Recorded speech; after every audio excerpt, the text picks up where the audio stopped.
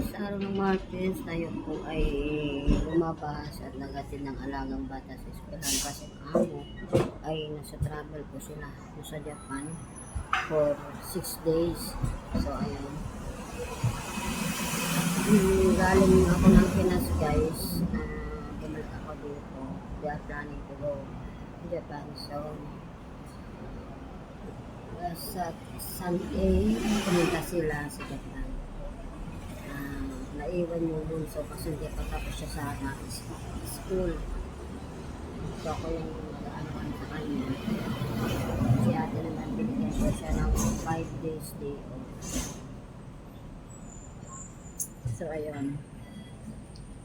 So Sabado siguro ng gabi babalik sila amo.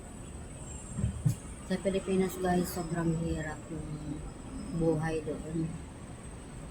Yung 1,000 mo parang 100 pesos lang. Hindi ka abot ng 1 oras, kundi minuto lang. Napakahirap. So pag wala ka talagang trabaho, guys, wala akong mangyayari sa atin sa Pilipinas. So habang andito tayo sa ibang bansa, mag-ipon para sa sarili natin, para sa pamilya, wag puro waldas ng pera.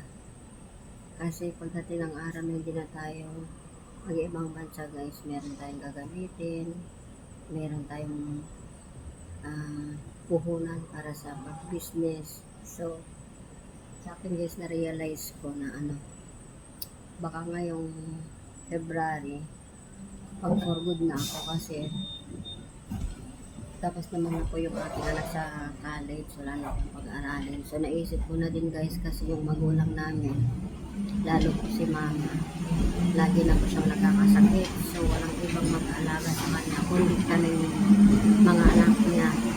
Kasi nakikita ko sa sarili ng nanay ko, guys, napakahirap. Iniwan ko na mahina na yung katawan niya, guys, na hindi niya na kaya magtrabaho kasi nagpipilay na po siya. Tapos meron na siyang yung parang enzyment na guys, na parang sensitive na siya sa mga naririnig niya. Konting rinig niya lang, guys, na na siya, parang galit na galit. Na kahit hindi naman siya yung parang feeling niya siya yung inaaniman. So parang naisip ko, guys, na parang may ibang nangyayari. So napag-decidean ko, guys, na ngayong February mag-forward na po talaga.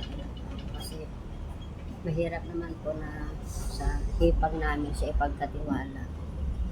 So mas mabuting kaming mga anak niya yung mag-alaga at maintindihan namin siya. Kasi minsan kung nagbakasyon talaga ko, guys, parang hindi ko maintindihan na kahit lang napakaano niya talaga, guys, yung hindi mo maintindihan yung ugali niya pa. Sobrang sensitive.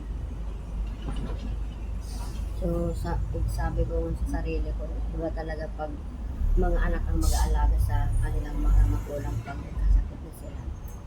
Tungkol sa namin kapatid, ayaw naman sa kanila. So, wala kami magagawa kami mga babae. Si ate maiwan dito sa Hong Kong. May trabaho. Pero ang gagawin ko sa Pinas, guys, pag uwi ko, magbi-business po ako. So, mag-open po kami ng live sailing and then imamanage ko po yung kantin na pinagawa ko sa amin.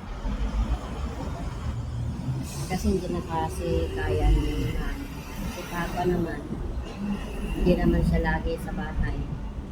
Kasi meron po silang palayan na inasikaso. So, hindi siya gaano doon sa bahay. Gabi na lang po siya na uwi. So then naisip namin si mama walang kasama pag baka hindi namin alam kung anong mangyari kasi minsan daw po siya nadulas.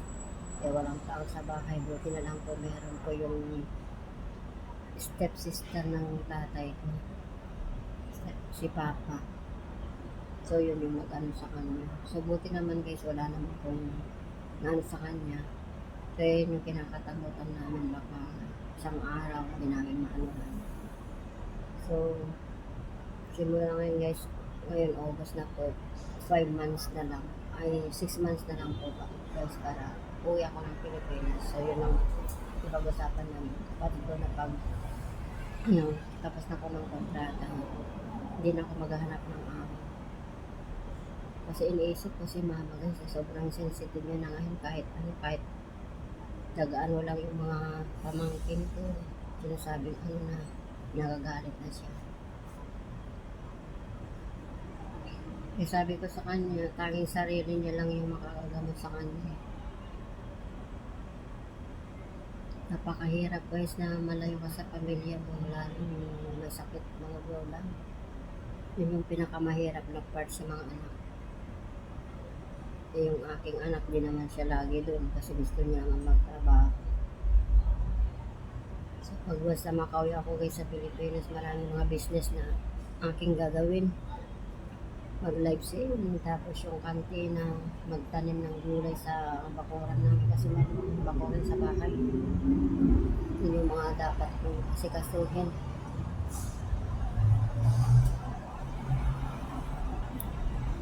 Tapos magluto-luto. Siguro tama naman ako yung naipon. Mahalaga, magulang ko yung alagaan ko. Sila yung asikasuhin ko. Kasi si Papa medyo may edad na rin. Ayaw niya din tumigil sa pagtatrabaho kasi mahagin niya din sa magtrabaho. Ayaw din yan.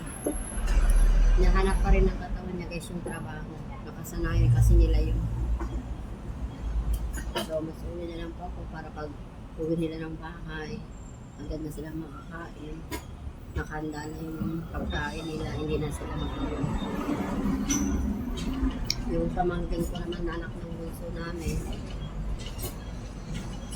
sa amin din naman siya, kaso lang minsan parang ano din kay mama. Kaya sabi ko sa kanya, bago ako umalis ng Pilipinas, nung gumanap ko dito, sabi ko, huwag niya i-stress yung sarili niya dahil tanging siya lang makakagamot. Pero hindi niya maiwasan yung ano talaga, sensitive. Kaya, hindi namin alam kung anong gagawin namin guys. Tulad ng kaninang umaga, maglalaba yung pamangkin ko, nagagalit daw walang dahilan. Hindi namin maintindihan kung ano yung gagawin. So sabi sa pamangkin ko, pag ganyan na nagagalit na lang siya, umalis na lang siya muna sa kanila, siya babalik pag okay na. At intindihin niya na lang. Magtis muna siya hanggang hindi pa ako makauwi. Kasi kawawa din minsan yung pamangkin ko guys. Yung pangalan na pamangkin ko. Ayaw niya din naman umuwi sa nanay niya. Ayaw niya din naman sa tatay niya. Kundi sa nanay at tatay ko nang buhay siya. Kigaya ng anak ko. Doon lang na lumaki din yung bata na.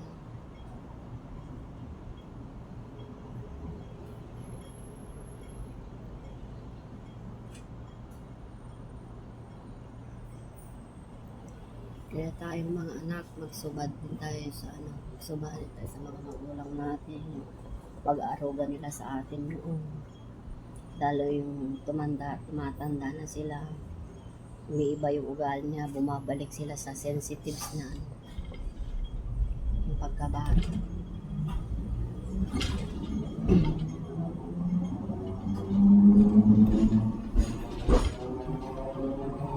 Ay, buhay.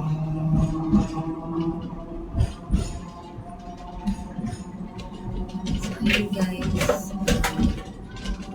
nakapag ano lang guys para mahirap guys kasi mahirap pag walang upload.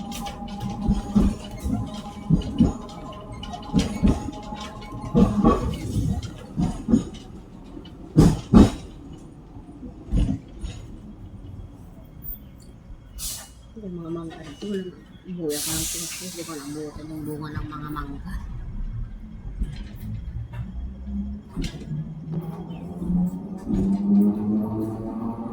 So ngayon tapos na yung aking anak guys, wala na akong problema, wala na akong magtrabaho man siya o hindi, makukuha pa rin siya sa kanyang ama. Pero naisip niya naman na magtrabaho, gusto niya daw mag-work. So sabi ko sa kanya, mag-work siya.